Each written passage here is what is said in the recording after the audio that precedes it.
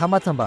आधी कानात बोळा घालतो. कापसाचे बोळे पाहून तुम्हाला कळालं असेल की मी कुठे आलोय, आणि जर नाही कळालं तर नमस्कार, मी आहे प्रथम, आणि जर्नी टू 100 च्या 7व्या एपिसोड मध्ये मी एका अशा ठिकाणी आलोय ज्या ठिकाणी सापाला मारलं जात नाही तर त्याची पूजा करतात, म्हणजेच नाद निराळा 32 शिराळा. होय, हा तो शिराळा जिथं नागपंचमीला सापांची मोठ्या थाटात मिरवणूक काढली जाते आणि त्याच मिरवणुकीत लोक डॉल्बीच्या तोलावर नाचतात. पण आज मी तुम्हाला ही डॉल्बीची मिरवणूक नाही, त्या नागपंचमी पाठीमागची एक हजारो वर्षांची परंपरा दाखवणार आहे. हे आहे सापशाही घराणं. हे लोक जंगलातून नाग पकडून आणतात आणि त्याची काळजी घेतात, त्याचं संरक्षण करतात आणि त्याच नागांची नागपंचमीला पूजा करतात. हे सगळं सणासाठी नाही, तर ही आहे परंपरा. आपल्या महिला नागदेवाला आपला भाऊ मानतात, राखी नाही पण औक्षण करतात आणि मनोभावनेने म्हणतात, आम्हा सर्व बहिणींचं रक्षण कर. या गावात फक्त नागपंचमी सण नाही, ही एक जीवाशी जोडलेलं नातं आहे, आणि हे नातं भीतीवर नाही तर श्रद्धेवर उभं आहे. 32 शिराळा हे गाव मिरवणुकीसाठी प्रसिद्ध आहे, पण खरं तर हे गाव एका नात्याचे साक्ष देणार आहे.